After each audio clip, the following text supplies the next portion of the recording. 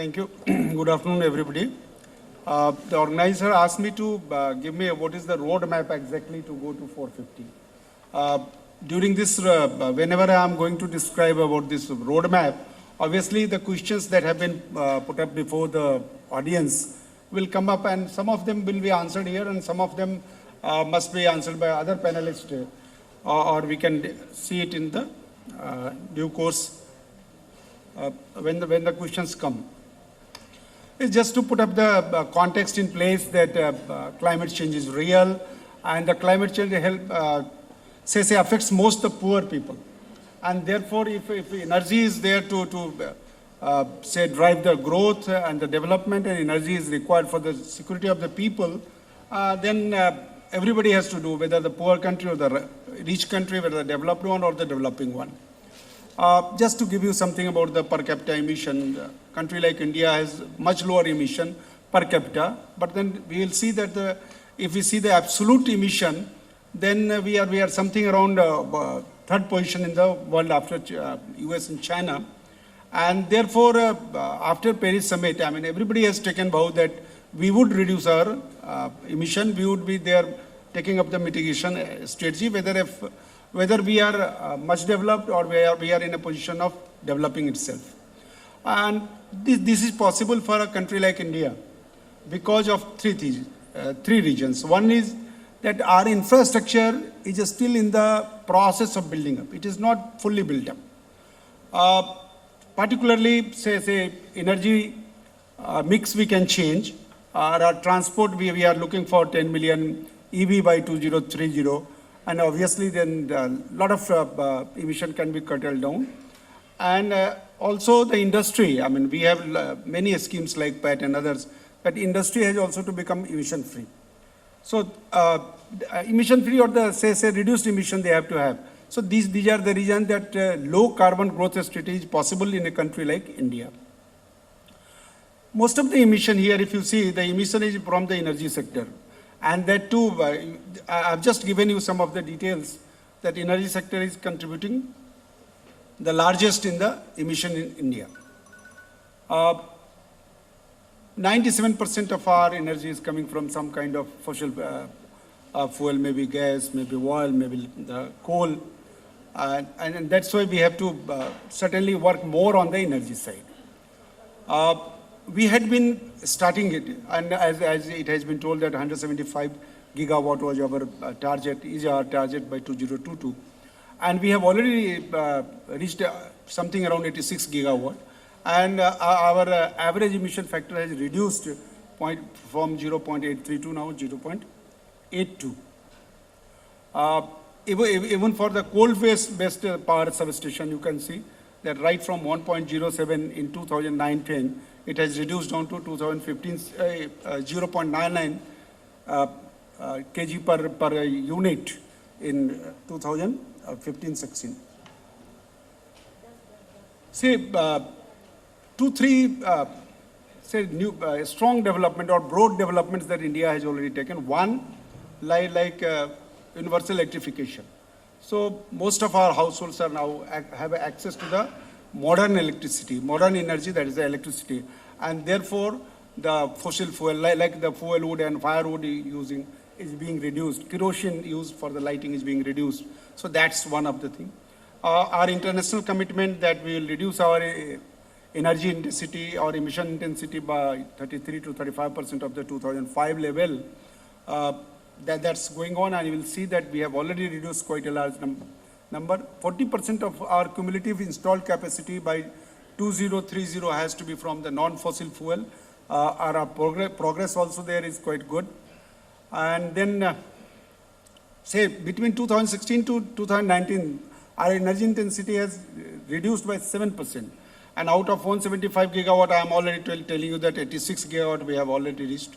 But now the very tall ambition, very tall target has been put up by our Honorable Prime Minister of 450. Initially it was 425, but 450 during the UN Climate Action Summit 2019. And for that purpose also the country is now trying to measure up its activities. Particularly many schemes have come like Kusum, rooftop solar, a lot of concessional schemes have been brought. Our environmental norms for the say, thermal plants are much more restrictive than earlier it used to be. Even the judiciary is very active on that. And clean coal cess and kind of thing. So a lot of policy instruments are in play to reach towards that. Renewable energy, say, purchase obligation is there for all the distributors. Similarly, solar park, ultra mega solar park kinds of projects are coming up. Green energy corridors, I mean, of course, I mean, the loading of such transmission lines are much lower. There is a cost, and the cost is socialized. But these things are being taken up to reach towards the ambitious target. Offshore energy exploration is now going on. Already 1,000 megawatt has been put on the auction. Then industry is itself participating very, very strongly in renewable energy. And a lot of financial incentives are put in terms of, say, interest rate and things like that from the energy financiers. Just to show that how the energy intensity in India is reducing. But still, I mean, if you see our energy mix, I mean, it is quite now going towards the, say, renewables, or it is becoming cleaner than what it used to be in 80s and things like that. But long way to go. Today, something around 364 is our gigawatt is our installed capacity, and out of that 86 is around the renewables. But you take the generation, I mean the CUF is so low, 19 or 20% sometimes, so totally energy generated only 9%, and with 175 gigawatt we would be reaching towards the 20%, I understand. This is the demand projections up to 2036-37 we have given, and seeing that demand projections, entire planning is done so that we can reach to our RE targets or cleaning targets. Some calculation has been done, and on this say track, along this track the country is moving, and our projected installed capacity by 2022 would be something around 480 gigawatt. Out of that, around 169 gigawatt would be out of that 175 would be the say renewable.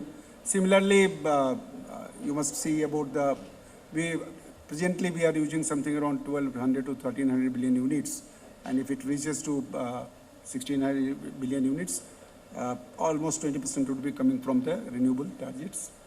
So the compositions are just given, same thing.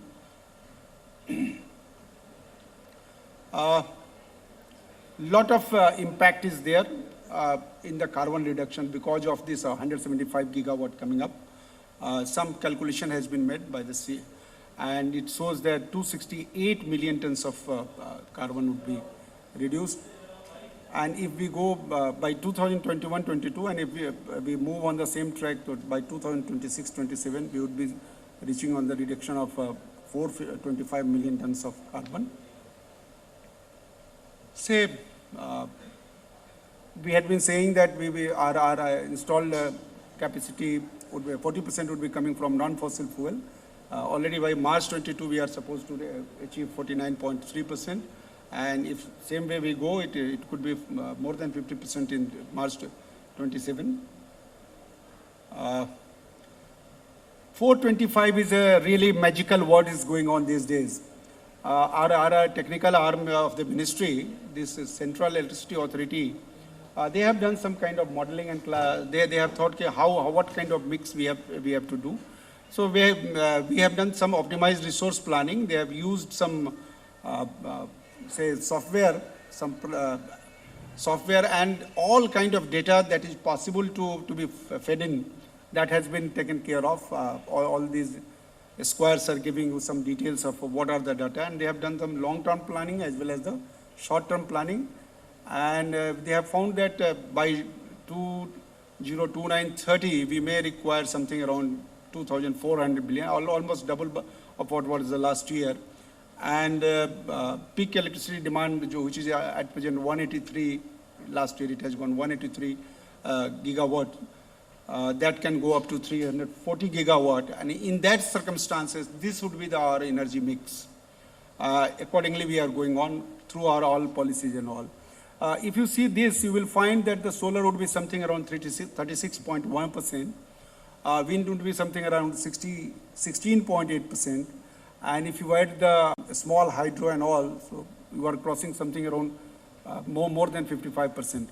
And then it's not only the cleaning, but it's completely a green energy where you are net zero energy mix you are getting, where more than 50% would be the energy.